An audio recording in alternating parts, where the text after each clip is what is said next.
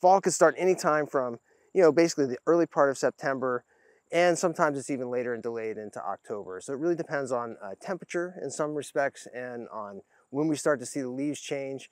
This year was also an interesting year because we had this droughty period, right? Really droughty period that started in August.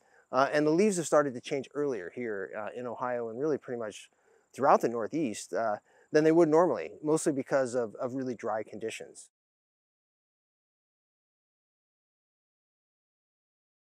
Trees are really important to the recreational economy, the outdoor recreational economy. So we've done a couple studies here in the state of Ohio, and we've shown that outdoor recreation is worth anywhere from 16 to $20 billion per year.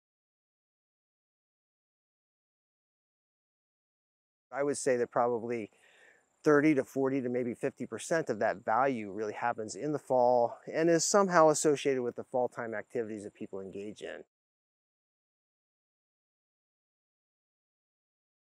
The northeastern U.S. is kind of that place where you have these, really vibrant fall colors, yellows, reds. They really get, really, really beautiful in that part of the country. And that is closely located to really big cities, right? You got Boston, New York City, pretty close to Vermont, New Hampshire, Maine, etc.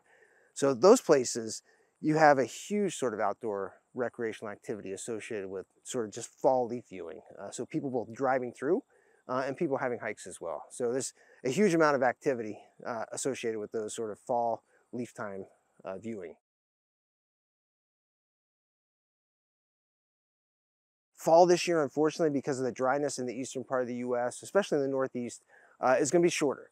It'll probably still be as vibrant. We'll probably still have as many sort of reds and yellows, etc. But it'll just happen quicker. So if you're if you're looking forward to getting out there and seeing some fall color, plan to do it in the next couple weeks, especially here in Ohio. And if you're in the Northeast, get out there in the next week or two because with these dry conditions, those leaves will be falling off pretty quickly.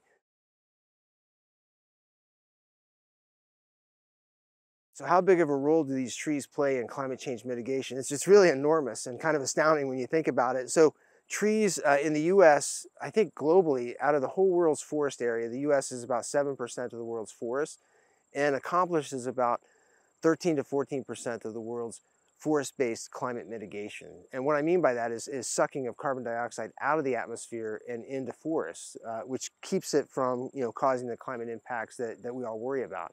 So U.S. forests and forests in general are a huge component of sort of helping us mitigate and ameliorate some of the sort of worst impacts of climate change. And to the extent we can try to figure out ways to have more forests on more area, that would be hugely beneficial, both to our atmosphere and to humans, basically. So one thing I would really love people to understand about forests is that we're actually in a good place in the U.S. with forests. I mean, what's amazing to me is that have more forests now than we have had in the last 300 years. So we have both more forest and bigger forest than we have had for that time period. And most people don't realize that. And the second part of that that's interesting is that most of that is on private land. So it's not because our government has encouraged us to do it, it's because private landowners and individuals have sort of taken it upon themselves to grow, tend, maintain forest cover.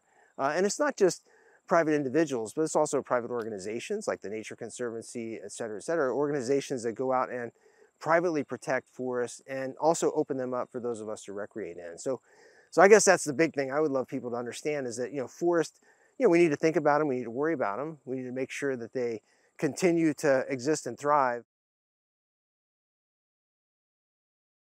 My name is Brent Sohngen, Sohngen, first name Brent. I am an environmental and natural resource economist, a professor in the Department of Ag, Environmental and Development Economics.